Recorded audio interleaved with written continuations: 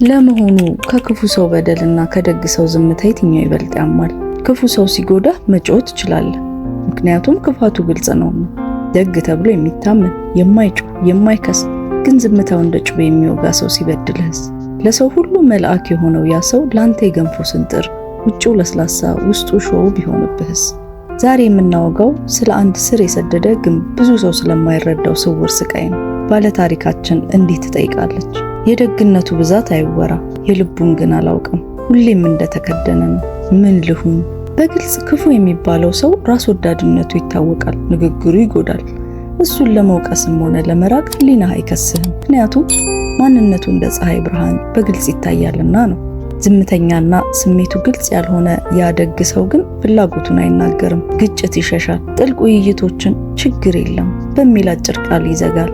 ሳይጠይቁት ይሰጣል፣ ደግ ያደርጋል፣ ሳይጠየቅ ይታገሳል። ታዲያ ግን ይህን የሚያደርገው የራሱን ፍላጎት እየቀበረ የልቡን በርም ዘግቶ ነው። እንዲህ ብሎም ያምናል፣ እኔ እንዲህ ከሆንኩላቸው እነሱም ዝም ብለው ሊረዱኝ ሊሆኑልኝ ይገባል። ነገር ግን ሳይናገሩ መረዳት መለኮታዊ ባህሪ እንጂ የሰው ልጅ አቅም ባለመሆኑ ባለታሪካችን እንድትረዳው የሚፈልገውን ሳታውቅ ስትቀር በዝምታ ይከፋባታል።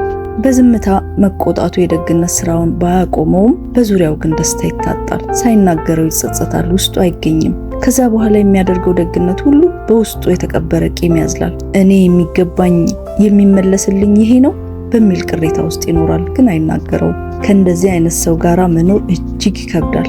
ምክንያቱም እሱ በሁሉ ዘንድ ጥሩ ሰው ነው።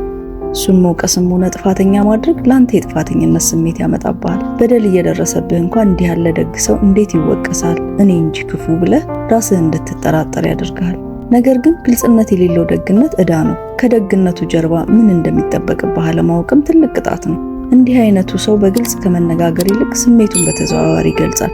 ፊቱን ያጠቁራል። በእርግጥ ዝምታውንና ኩርፊያውን መለየት ስለማይቻል ፊቱን ማጥቆሩ ቋሚ ነው። ነገርን ሆን ብሎ ይረሳል ወይም ያዘገይብሃል። ንግግሮቹ በስላቅ የታጀቡ ይሆናሉ።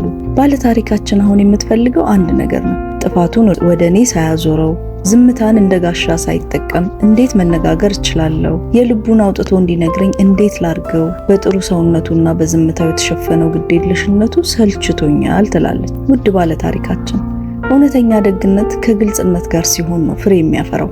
ያለ ግልጽነት የሚደረግ ደግነት ለሰጪውም ለተቀባዩም ጠርዙ ያለየለት የገደል ዳር ነው፣ ውስጣዊ ስቃይ ነው። ከዚህ ሰው ጋር ለመነጋገር እስኪ እነዚህን መንገዶች ሞክሪ። 1. የድርጊት መስታወት ሁኝለት። አንተ እንዲህ ነህ ብሎ ከመፈረጅ ይልቅ የሚያደርገውን ነገር እንደ መስታወት አሳዩ። ዝም ስትል፣ ፊትህ ሲቀየርና ንግግር ስታቆም በመካከላችን ትልቅ ግንብ እንደተገነባ ይሰማኛል፣ እንደተከፋህ አስባለሁ። ይህ ደግሞ የግንኙነታችን መሄጃ ያሳስበኛል በዩ። 2. የስሜት ባለቤትነት ሽንግለጭለት። በእኛ ግንኙነት ውስጥ ግልጽነት በመጥፋቱ ምክንያት ብቸኝነት ይሰማኛል። ያንተ ደግነት ቢኖርም የልብህ እውነት ስላልገባኝ ግንኙነታችን ባዶ እየሆነብኝ ነው በማለት የውስጥሽን ንገሪው። ክብረ ቢስ ሳትሆኚ፣ ለማሳመን ሳትጮሂ ወይም ሳታለቅሺ በመካከላችሁ ያለውን እውነት እንዲያዩ አድርጊው። 3. የግልጽነት ጥሪ አድርጊ። ከምታደርግልኝ ስጦታ በላይ ስለሚሰማህ ነገር የምትነግረኝ እውነት ይበልጥ ደስ ያሰኘኛል። ብትቆጣ እንኳን በግልጽ ብትነግረኝ እመርጣለሁ። ዛሬ ምን እያሰበ ይሆን በሚል በምናልባት ከመክረም ትታደገኛለህ ብለሽ ድንበርሽን አስምሪ። አስታውሺ፣ ዝምታ ሁልጊዜ ሰላም አይደለም። አንዳንዴ ዝምታ አንድ ቀን የሚፈነዳ ቦምብ ነው። ያኔ የስሜት ጎርፉን መቋቋም ይከብዳል። መፍትሄው በፍቅር በድፍረትና በአክብሮት ዛሬ መነጋገር ብቻ ነው ብለናታል።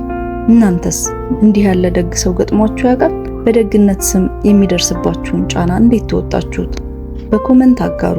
ለባለ ታሪካችን ተጨማሪ መፍትሄ ሐሳብ ይሆናታል።